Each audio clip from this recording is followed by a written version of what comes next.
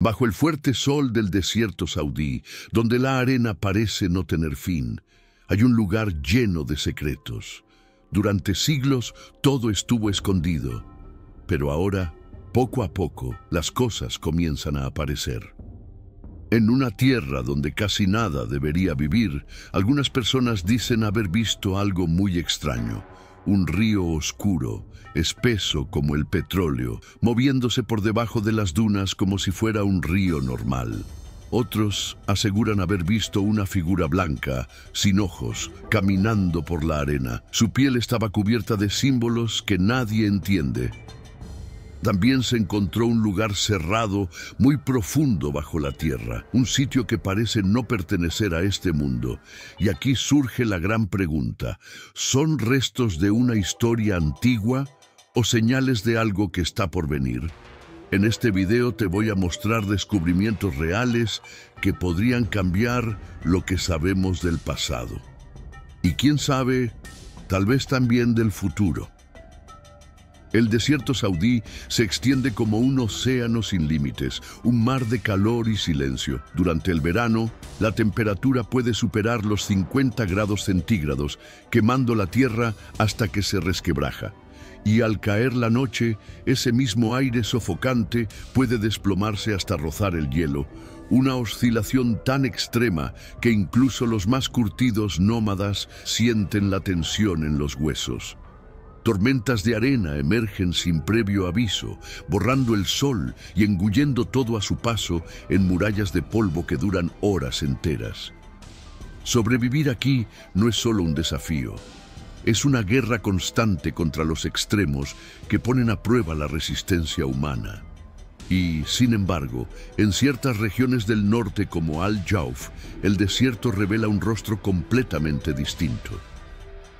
De cuando en cuando, frentes fríos procedentes de Europa irrumpen en el paisaje y traen consigo granizadas e incluso nevadas. Durante unos breves instantes, las arenas doradas se transforman en un extraño manto helado, un recordatorio fugaz de que hasta en los lugares más implacables pueden ocurrir sorpresas inesperadas. Fue en este entorno hostil, cambiante, impredecible, donde una expedición tropezó con algo para lo cual nadie estaba preparado.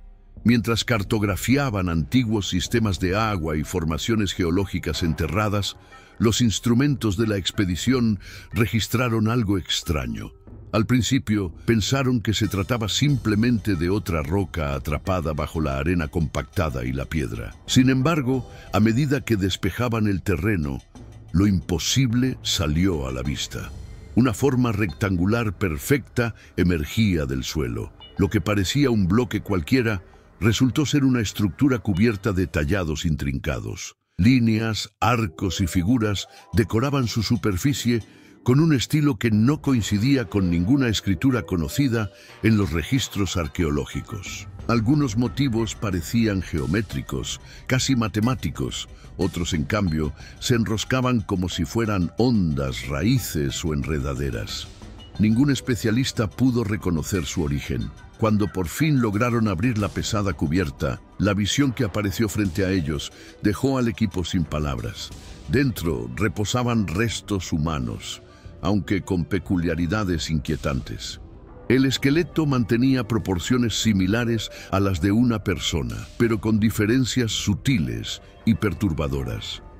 El cráneo se mostraba ligeramente alargado, la caja torácica más estrecha y elevada de lo normal, y las articulaciones exhibían surcos precisos, casi como si hubieran sido grabados deliberadamente.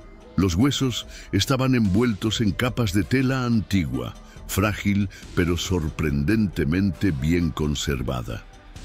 Junto al cuerpo descansaban fragmentos de cerámica, pequeños amuletos tallados y herramientas rituales. Cada pieza, pese a los siglos bajo la arena, estaba en un estado asombroso. Las pruebas de datación con carbono arrojaron un resultado que sacudió a la comunidad académica. Los restos se remontaban aproximadamente al siglo 20 antes de Cristo.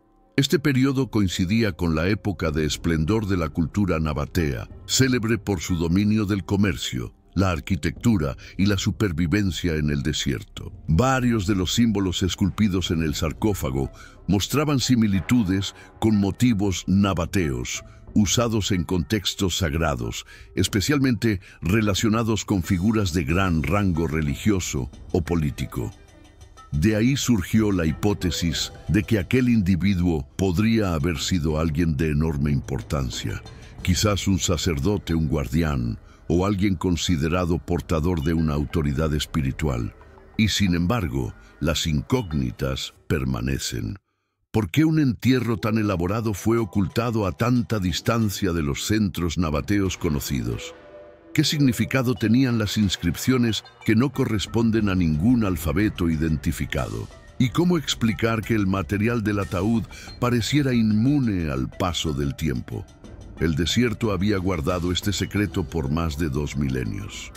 Ahora, con las arenas desplazadas y la tumba expuesta, el misterio no hizo más que profundizarse. ¿Qué otras revelaciones podrían estar escondidas en el corazón de estas tierras? ¿Y hasta qué punto su significado podría ser mucho más grande de lo que nos atrevemos a imaginar? Quédate con nosotros, porque lo que viene a continuación llevará este enigma aún más lejos.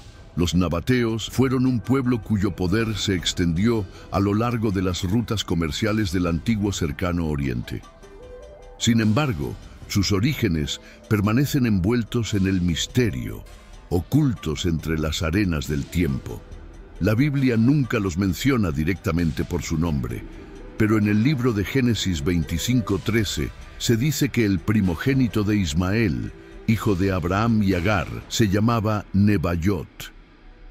Muchos eruditos sostienen que de este nombre proviene el término nabateos, lo que los convertiría en descendientes directos de Abraham a través de la línea de Ismael.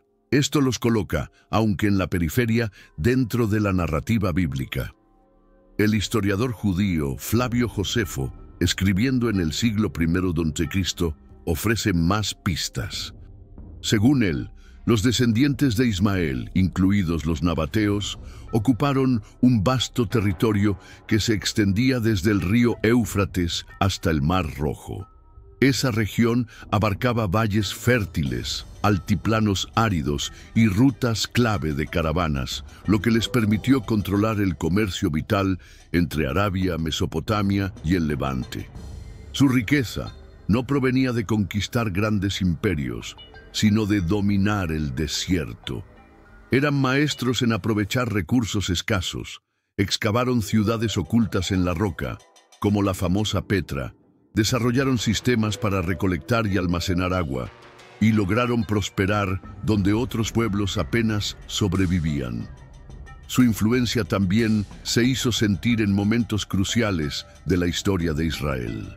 Durante la revuelta macabea en el siglo II a.C., se los menciona como aliados y actores políticos que presionaban a potencias hostiles. Su movilidad y su conocimiento del terreno los convertían en piezas clave en el tablero de poder regional. Las conexiones continuaron incluso en tiempos del Nuevo Testamento. El rey Aretas IV de Nabatea casó a su hija con Herodes Antipas, hijo de Herodes el Grande. Este matrimonio unió al reino del desierto con la casa gobernante de Galilea, aunque no por mucho tiempo. Herodes Antipas decidió repudiar a la princesa nabatea para casarse con Herodías, la esposa de su propio hermano. Lo que parecía un drama personal se convirtió en una crisis política. Para los nabateos fue una humillación pública, pero el asunto tomó un giro aún más explosivo cuando Juan el Bautista denunció el matrimonio como una violación de la ley de Dios. El Evangelio de Mateo 14 y Marcos 6 conserva las palabras de condena de Juan. La consecuencia fue brutal.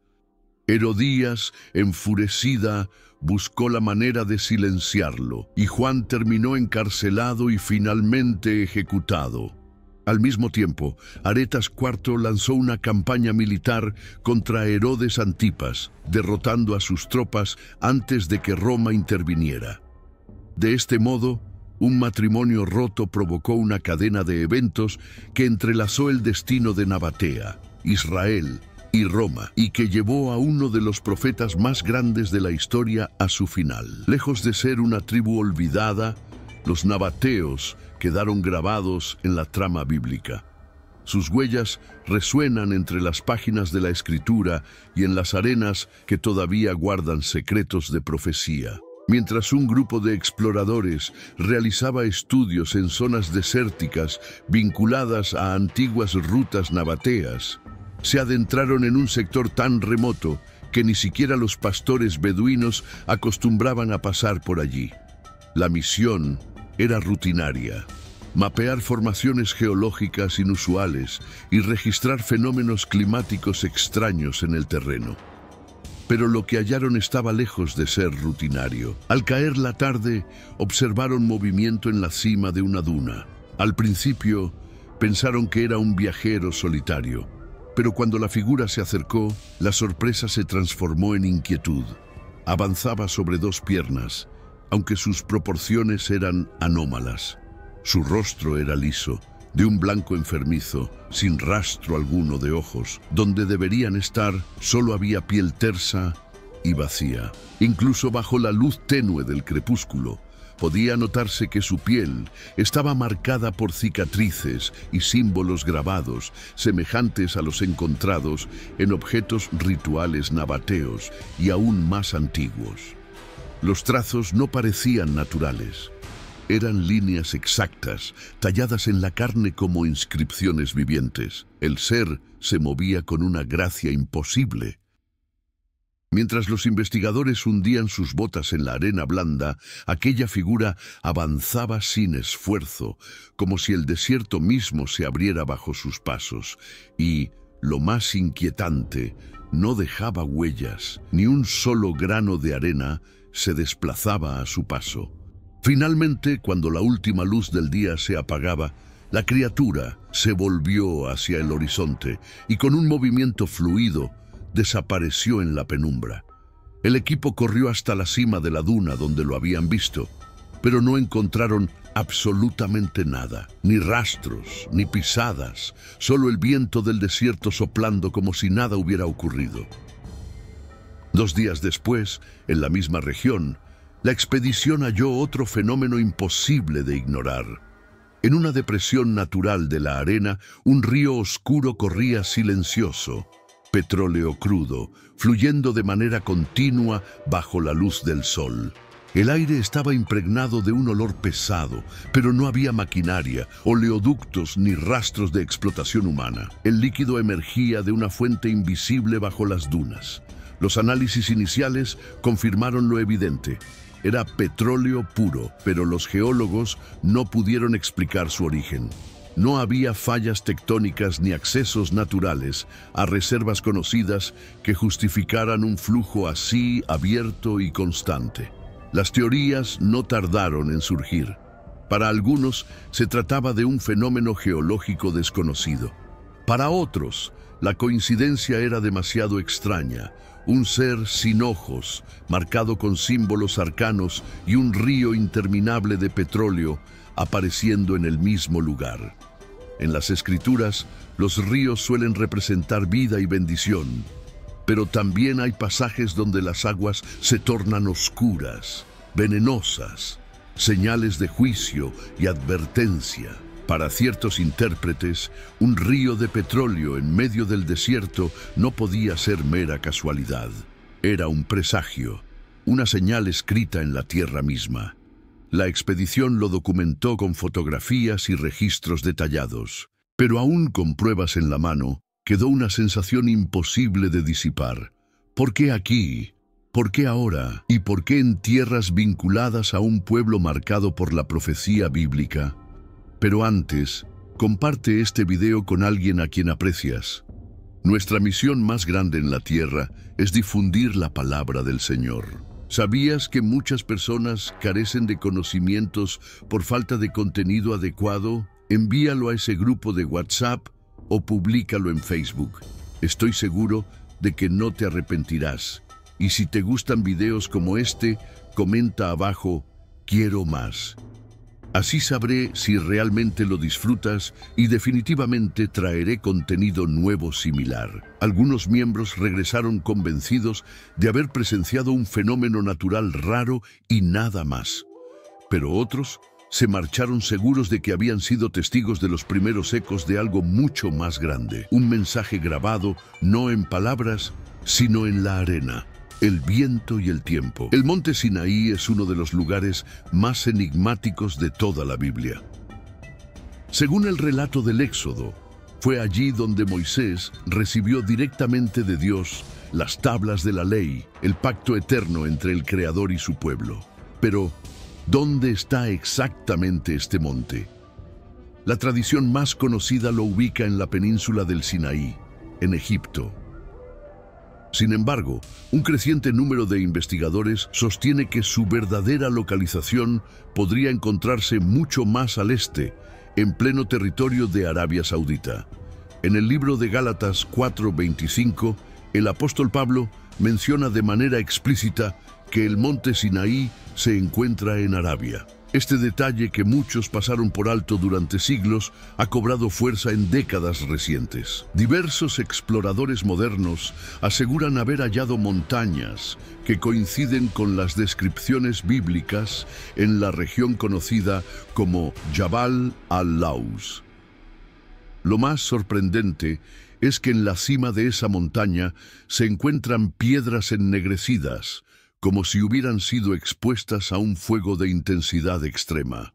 Desde lejos parecen rocas volcánicas, pero no hay registro de actividad volcánica en el área. La Biblia relata en Éxodo 19 que el monte humeaba porque Jehová había descendido sobre él en fuego. Para algunos, la evidencia física encaja de manera inquietante con el relato sagrado. A los pies de la montaña, los investigadores también han identificado estructuras de piedra que se asemejan a antiguos altares. Uno de ellos está decorado con grabados que representan toros y becerros, lo que recuerda directamente al episodio del becerro de oro narrado en Éxodo 32. Según el relato, mientras Moisés recibía los mandamientos, el pueblo, impaciente, construyó un ídolo en forma de becerro para adorarlo. Otro hallazgo intrigante es una gran roca partida en dos, con marcas de erosión que sugieren que agua fluyó desde su interior. La Biblia menciona varias veces cómo Moisés golpeó la roca y de ella brotó agua para saciar la sed de los israelitas en el desierto. Éxodo 17:6. Esta formación, aislada en el árido paisaje saudita, se ajusta de manera precisa a esa descripción.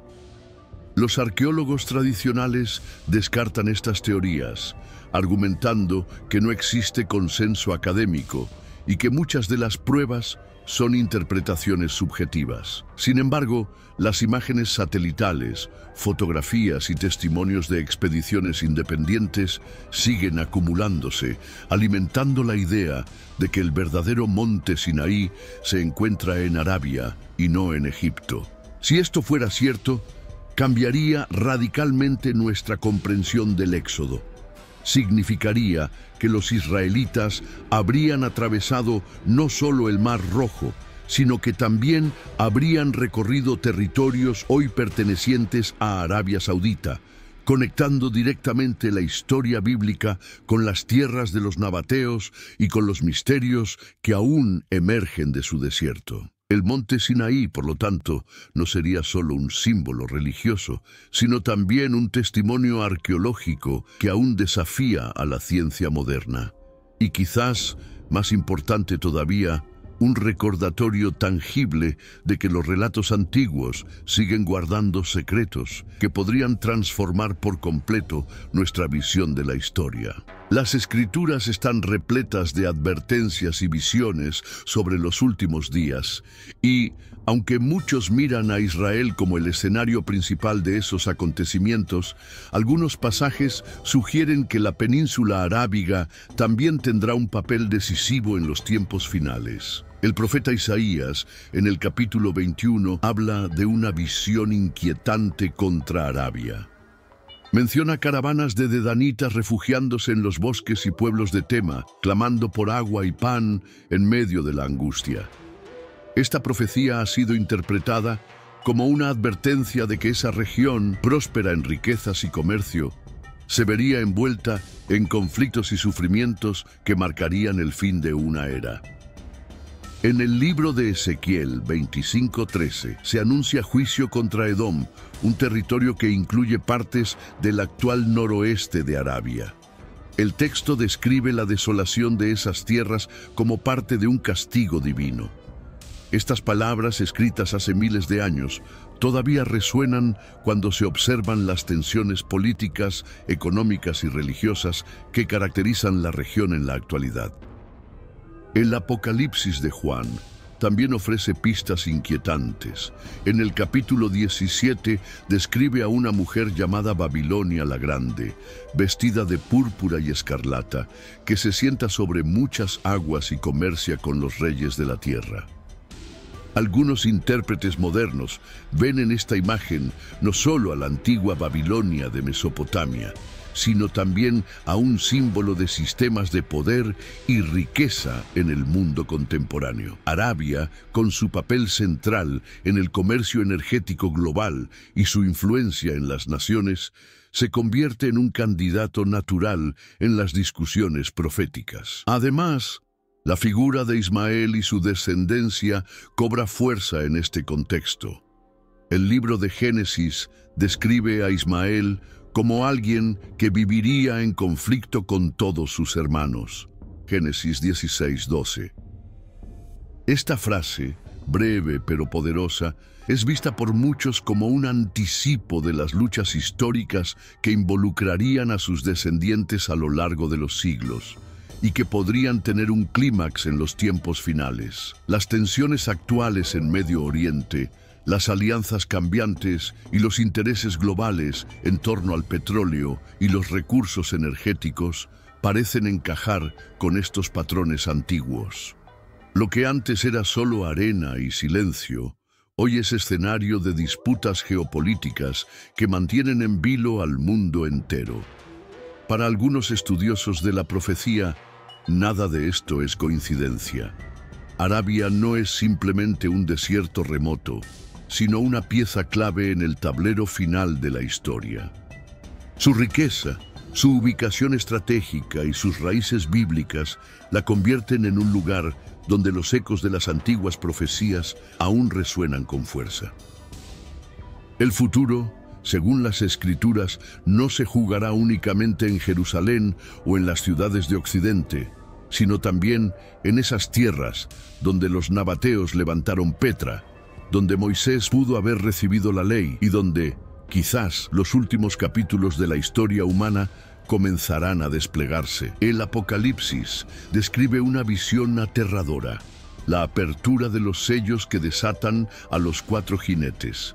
Cada uno cabalga con un propósito devastador, y aunque muchos los consideran símbolos antiguos, otros sostienen que sus huellas ya se sienten en el mundo contemporáneo. El primer jinete aparece montado en un caballo blanco, portando un arco y una corona. Algunos lo interpretan como una figura de conquista, otros como un engaño que aparenta paz, pero trae sometimiento. En tiempos modernos, esta imagen recuerda a las ideologías que prometen soluciones definitivas, pero terminan generando divisiones profundas entre las naciones y los pueblos. El segundo jinete, en un caballo rojo como la sangre, simboliza la guerra.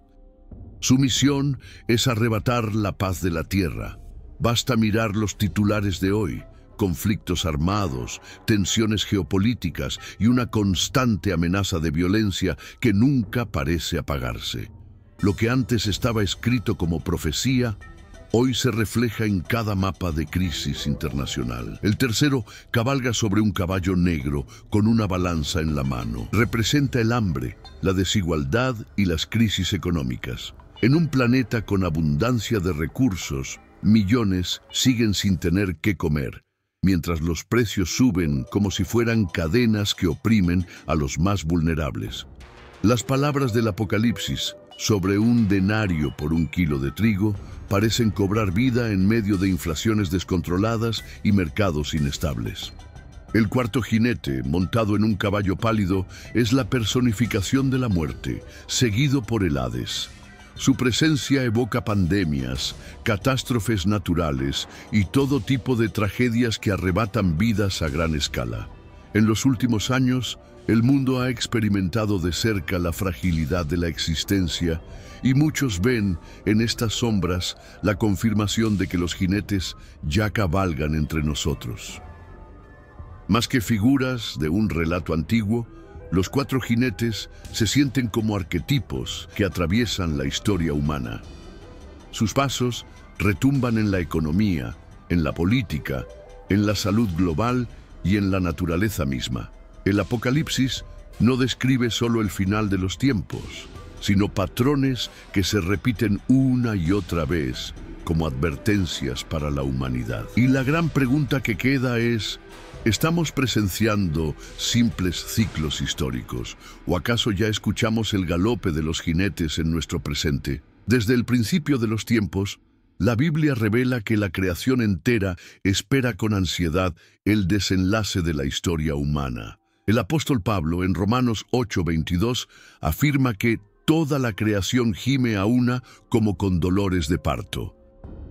Y esas palabras cobran vida cuando observamos lo que ocurre en el mundo natural a nuestro alrededor.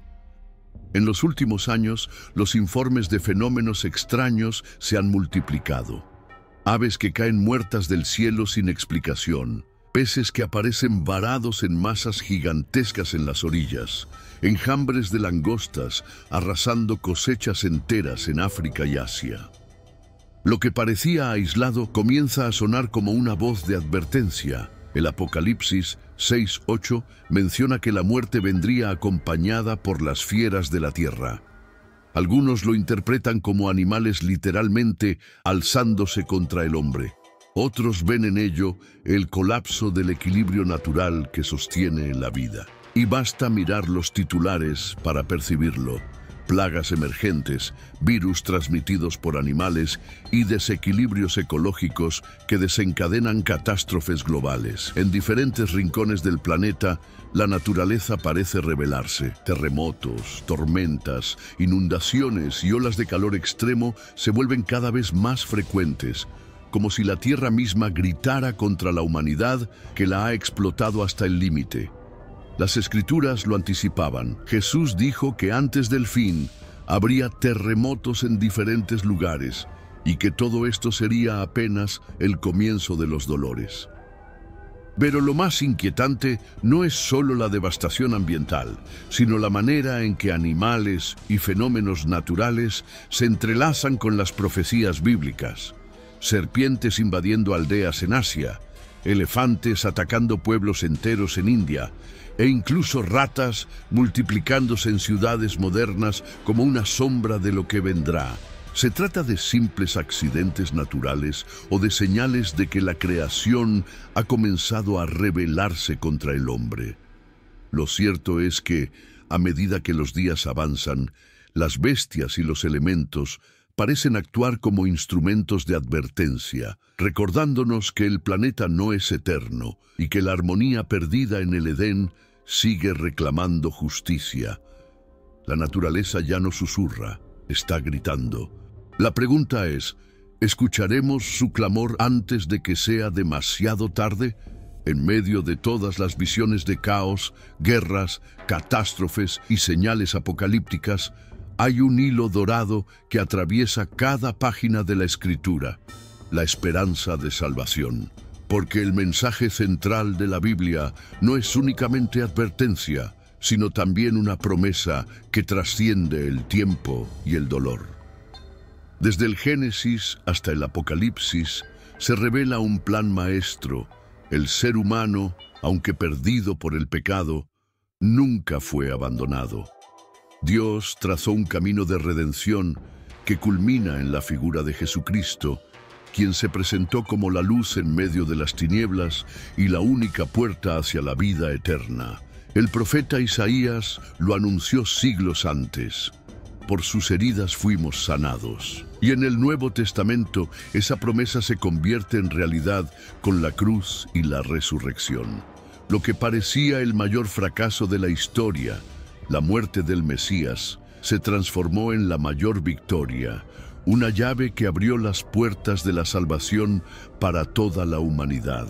Mientras los cuatro jinetes cabalgan, mientras la naturaleza se estremece y los reinos de la tierra colapsan, el mensaje central permanece inmutable. Hay esperanza para aquel que cree. No se trata solo de escapar de la destrucción, sino de entrar en una relación viva con el Creador, quien promete restaurar lo que el hombre y el tiempo destruyeron. El Apocalipsis, aunque lleno de imágenes de juicio, culmina con una visión gloriosa, un cielo nuevo, una tierra nueva y la desaparición definitiva del dolor y de las lágrimas. Ese es el desenlace que da sentido a toda la narrativa. No un final de desesperanza, sino un nuevo comienzo para aquellos que eligieron confiar en la promesa. Y aquí surge el dilema que cada espectador debe enfrentar. Si el mensaje de la Biblia es real, ¿qué haremos con él? Porque al final, el Apocalipsis no busca solo provocar miedo, sino despertar corazones. La profecía nos muestra lo que está en juego.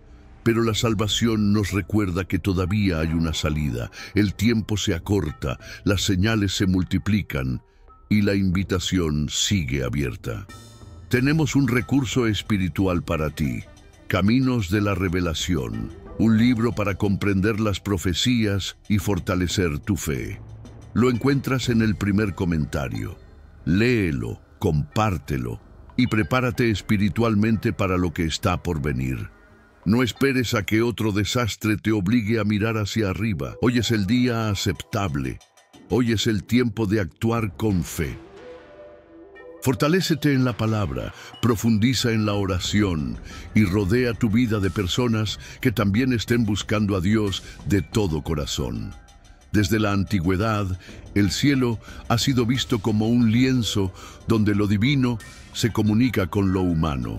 En la Biblia, las tormentas, los relámpagos y los truenos no eran meros fenómenos naturales, sino mensajes que anunciaban el poder y la cercanía de Dios. El libro del Éxodo describe cómo, en el monte Sinaí, el pueblo temblaba al escuchar el estruendo de truenos y ver los relámpagos que acompañaban la presencia divina.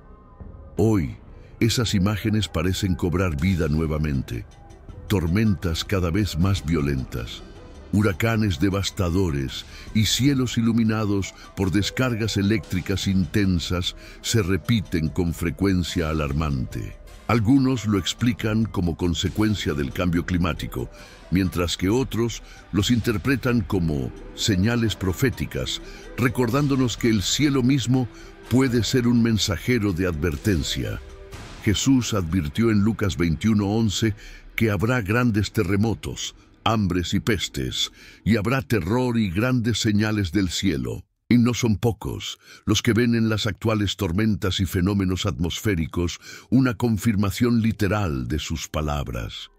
Cada relámpago que corta la oscuridad parece un recordatorio de que lo escrito hace siglos sigue latiendo en nuestro tiempo. El cielo siempre ha hablado, y el trueno ha sido su eco más estremecedor.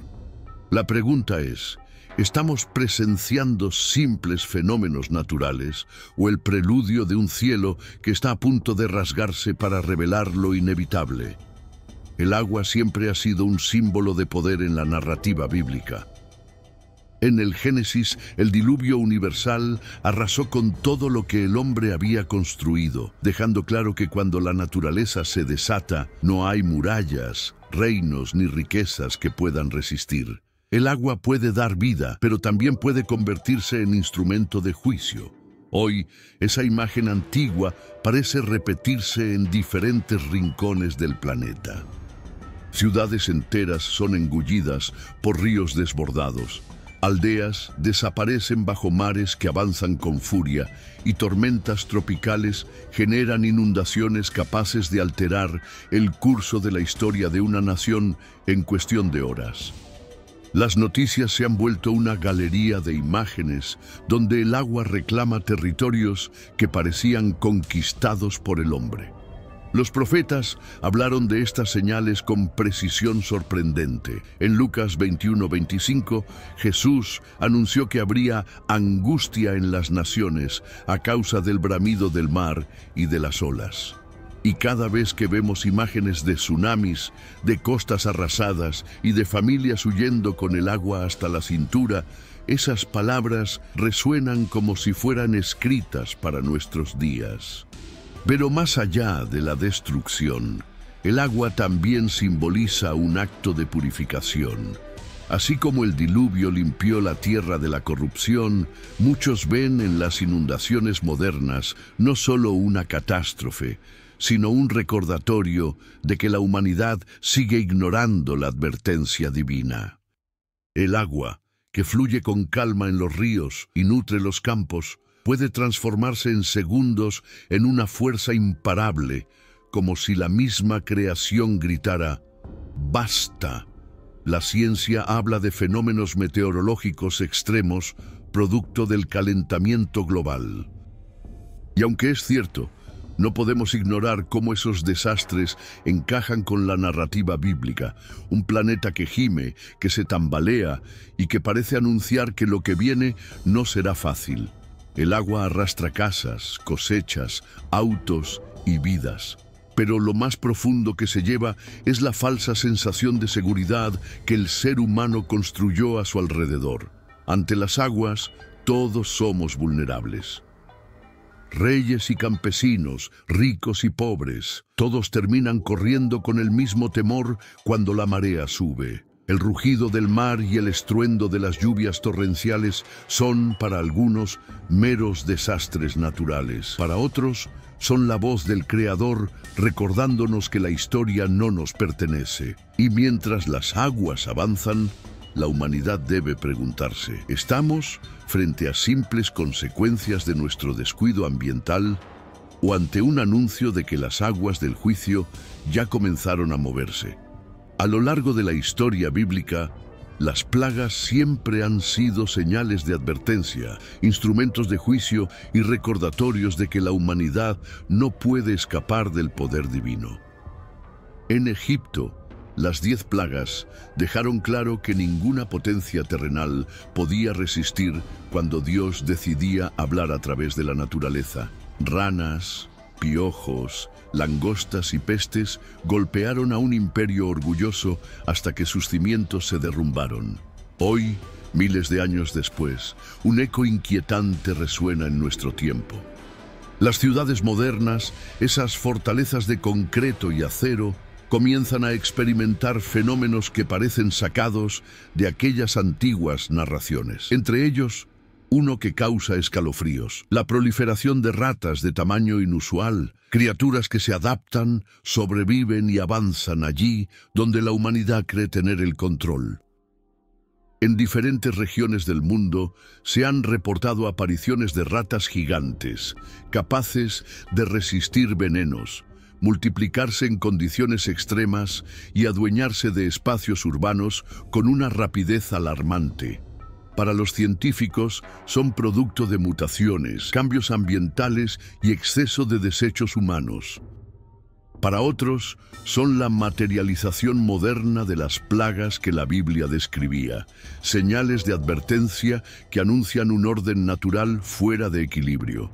El libro de Apocalipsis habla de pestes y calamidades que azotarían la tierra en los últimos tiempos. Y aunque no menciona específicamente ratas, la esencia es la misma, la multiplicación de fuerzas que el hombre no puede controlar.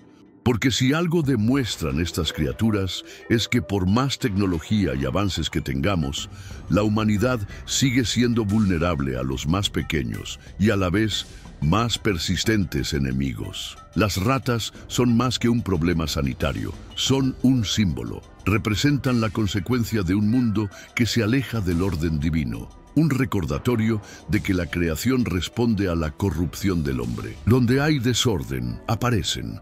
Donde reina la negligencia, prosperan.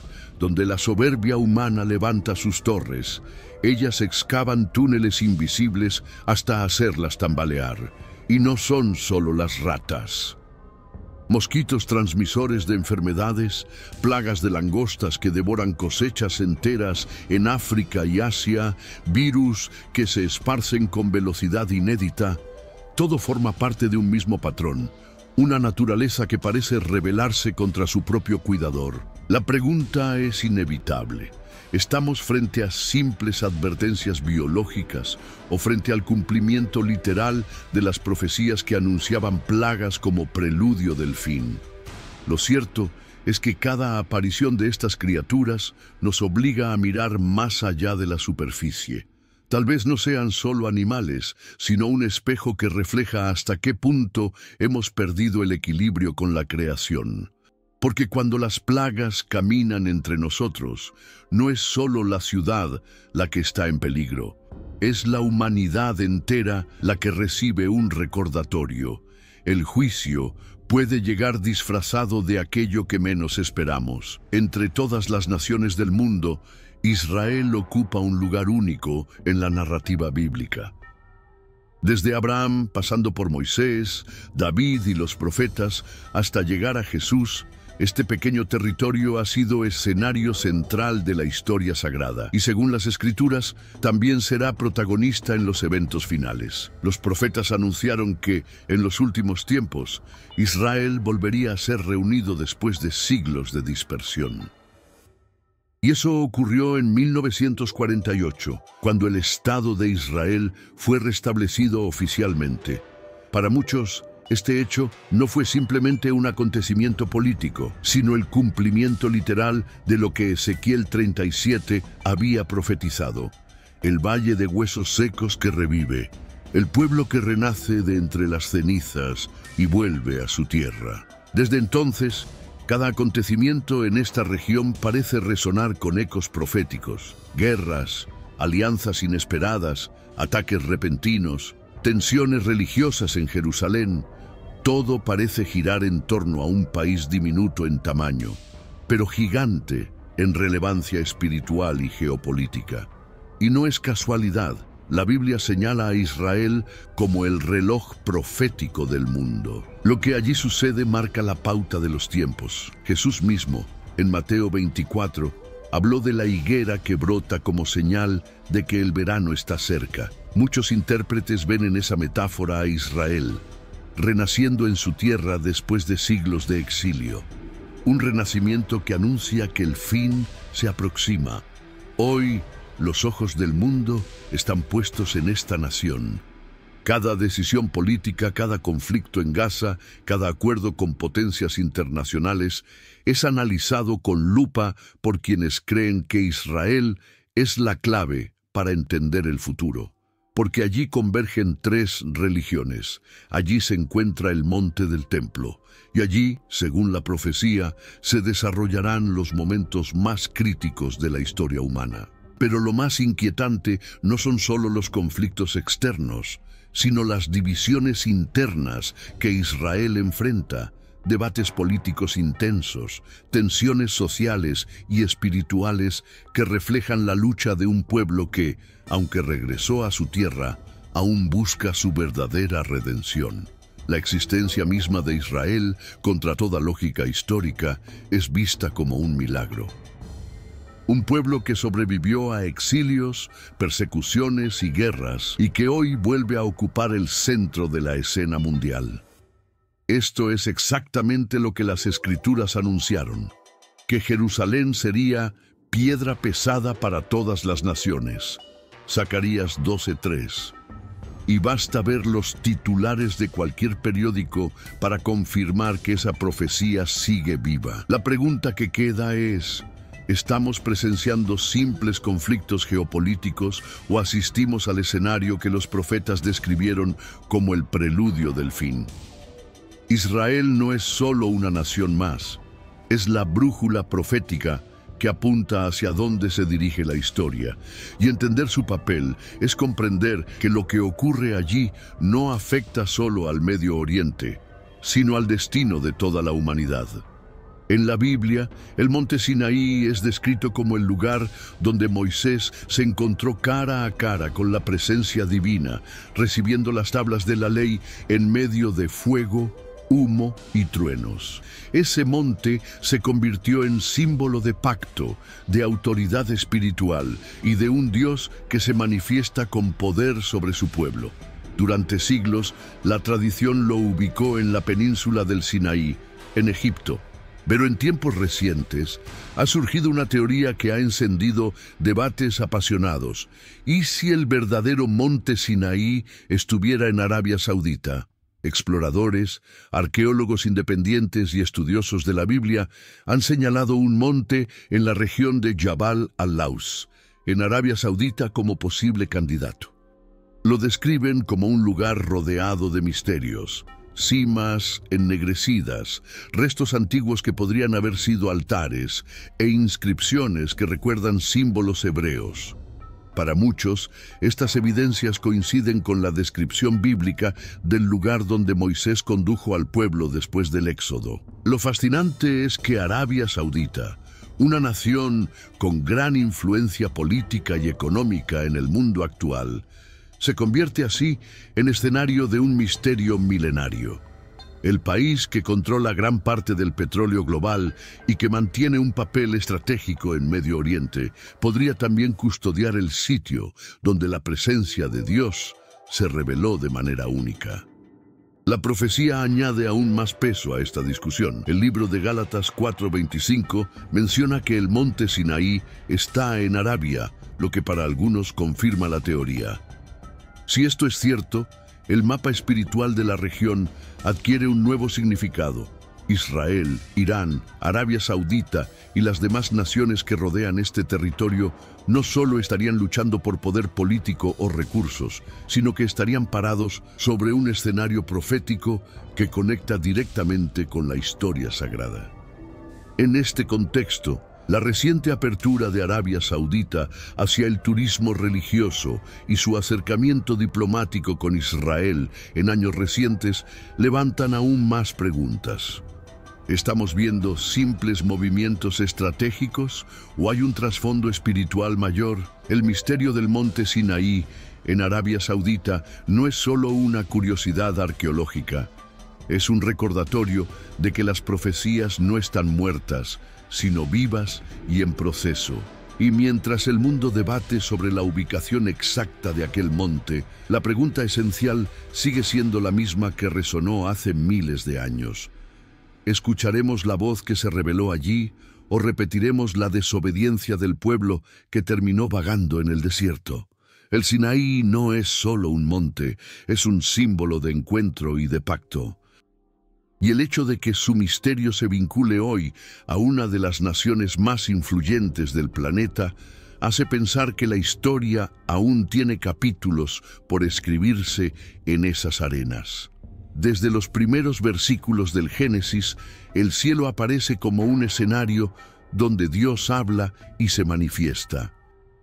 La separación de las aguas, la creación de las luminarias y la aparición del firmamento muestran que lo que ocurre arriba no es solo un fenómeno natural, sino un lenguaje espiritual. Y ese lenguaje continúa hoy a través de tormentas, rayos y señales que parecen advertir a la humanidad. Las Escrituras describen a menudo la voz de Dios como el estruendo de los truenos. En el monte Sinaí, cuando Moisés recibió los mandamientos, hubo relámpagos y estrépito, al punto que el pueblo temblaba de miedo. En Apocalipsis, los truenos y relámpagos aparecen acompañando los juicios finales, como si la naturaleza misma se transformara en trompeta para anunciar lo que viene. Lo inquietante es que, en nuestra época, los fenómenos climáticos extremos han alcanzado niveles nunca antes registrados. Tormentas más intensas, descargas eléctricas masivas, huracanes devastadores. La naturaleza parece haber aumentado su volumen como si estuviera gritando algo que preferimos no escuchar. Y mientras la ciencia intenta explicar estas anomalías con términos técnicos, muchos no pueden evitar ver en ellas el eco de las antiguas profecías. En diferentes partes del mundo, relámpagos han caído sobre monumentos religiosos, templos y hasta sobre ciudades enteras, dejando imágenes impactantes que circulan en cuestión de minutos. Para algunos, son simples coincidencias. Para otros, son recordatorios de que los cielos siguen siendo un tablero de señales donde nada ocurre al azar. La Biblia habla de señales en el cielo y en la tierra, sangre, fuego y columnas de humo. Joel 2:30. Y cada tormenta que desgarra el firmamento, cada rayo que ilumina la oscuridad, como si fuera una espada, nos acerca a la sensación de que estamos presenciando algo más que fenómenos naturales. Estamos contemplando advertencias visuales de un Dios que todavía habla, pero que muchos han dejado de escuchar. El cielo siempre fue un espejo espiritual. Cuando brilla el sol, anuncia bendición. Cuando se oscurece con nubes densas, refleja juicio. Cuando se llena de estrellas, recuerda promesas antiguas. Y hoy, con un planeta atravesado por crisis ecológicas, guerras y tensiones globales, no sorprende que los cielos comiencen a estremecerse como un escenario que se prepara para el acto final. La pregunta es inevitable. ¿Son estas tormentas simples, reacciones climáticas, o son parte del guión profético que anticipa los últimos días? Lo cierto es que cada relámpago que rompe la noche, cada trueno que sacude la tierra, parece traer un mensaje invisible. El tiempo se acorta y los cielos hablan más fuerte que nunca. El relato de Génesis nos dice que, en el segundo día de la creación, Dios separó las aguas, las que estaban debajo y las que estaban arriba del firmamento. Ese detalle, aparentemente sencillo, ha generado preguntas durante miles de años. ¿Qué significa exactamente esa división? ¿Qué es ese firmamento que aparece en el relato? Algunos intérpretes lo describen como una especie de bóveda celeste, una frontera entre lo visible y lo invisible. Para otros, es un plano espiritual, una capa que separa el mundo humano de las dimensiones divinas.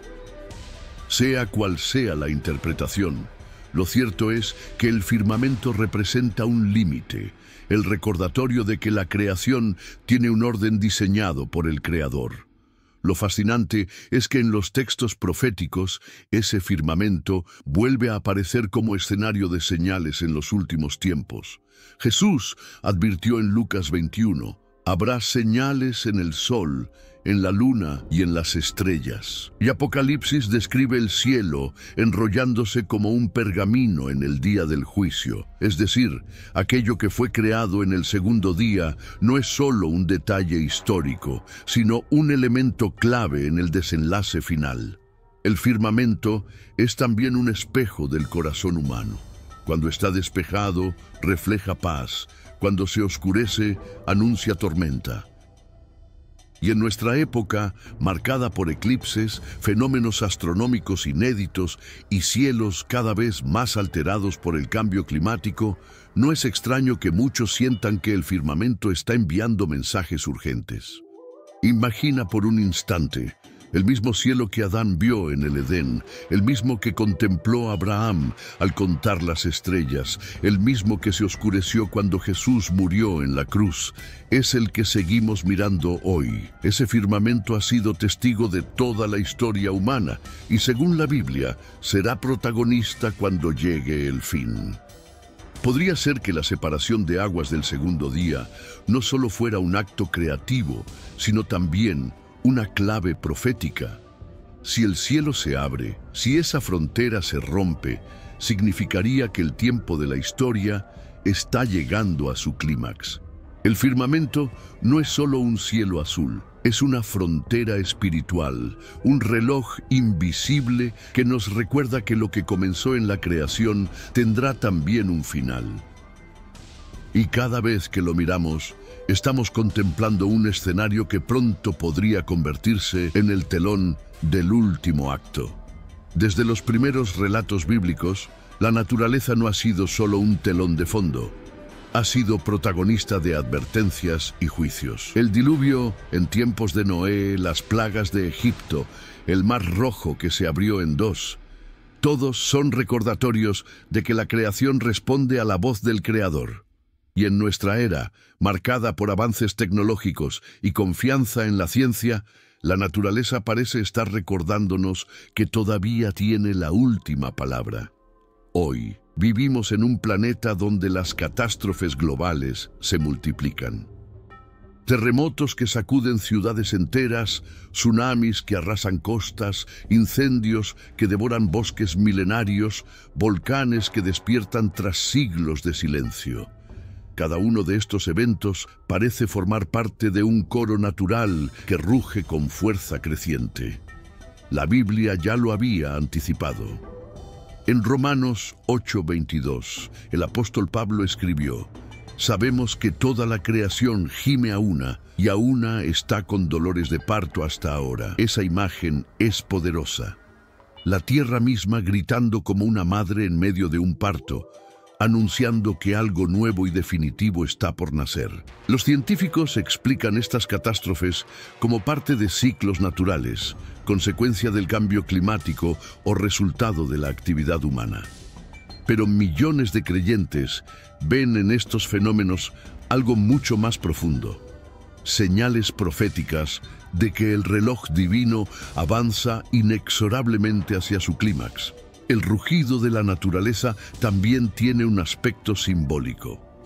Cada terremoto nos recuerda lo frágil que es nuestra seguridad.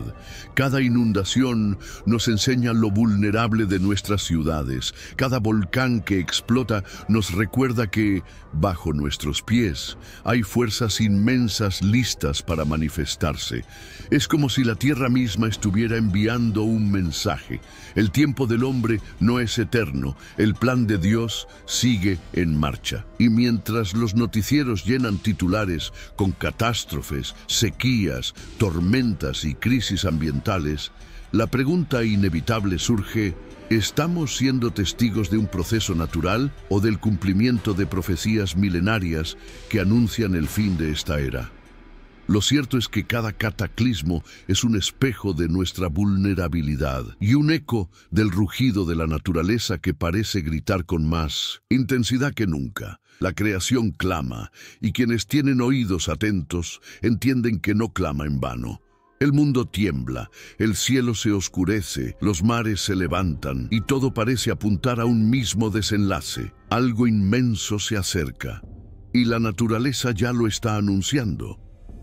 Entre todas las naciones de la tierra hay un punto que brilla con intensidad única en el mapa bíblico: Israel. Desde los tiempos de Abraham hasta nuestros días, ese pequeño territorio ha sido escenario de guerras, alianzas, promesas y profecías. Y aunque muchos imperios surgieron y cayeron, Israel sigue en pie, como un testimonio vivo de que la historia humana no puede entenderse sin mirar hacia Jerusalén. La Biblia presenta a Israel no solo como una nación, sino como el reloj profético de Dios. Cada acontecimiento que ocurre allí parece tener eco en las Escrituras.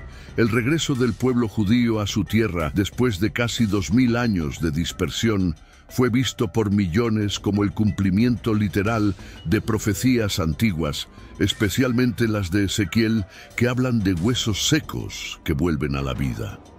Hoy, las tensiones en Oriente Medio siguen llenando los titulares. Israel, Arabia Saudita, Irán, Palestina, todos forman parte de un escenario frágil, donde cada movimiento parece acercarnos a un nuevo capítulo de la historia. Algunos piensan que todo esto es solo política y estrategia, pero para millones de personas, estos acontecimientos reflejan algo mucho más profundo, señales que fueron anunciadas hace siglos por los profetas. Ellos hablaron de naciones que se levantarían contra Israel, de alianzas inesperadas y de guerras que estremecerían al mundo. Y cada nueva crisis en la región parece recordarnos esas palabras antiguas. Jerusalén, ciudad sagrada para judíos, cristianos y musulmanes, sigue siendo el centro de todo. Jesús mismo dijo que sería pisoteada por los gentiles hasta que se cumplan los tiempos. Y cada debate sobre su control parece añadir una nueva página a esa profecía. Lo cierto es que, a pesar de todo, Israel sigue en pie. Sobrevivió a guerras, ataques y muchas presiones. Algunos lo ven como un milagro moderno, otros como una clara señal de que el reloj profético está marcando sus últimos minutos. Como dice el libro de Zacarías, haré de Jerusalén una piedra pesada para todos los pueblos. Todos los que la levanten se herirán. ¿Estamos viendo las señales finales? Solo Dios lo sabe. Pero si Israel es el reloj de Dios, todo indica que el tiempo se está acelerando. Gracias por acompañarme hasta aquí. Oro para que este mensaje haya tocado tu corazón y te haya dado algo en qué reflexionar. Que Dios te bendiga, te guíe y te llene de paz, hoy y siempre.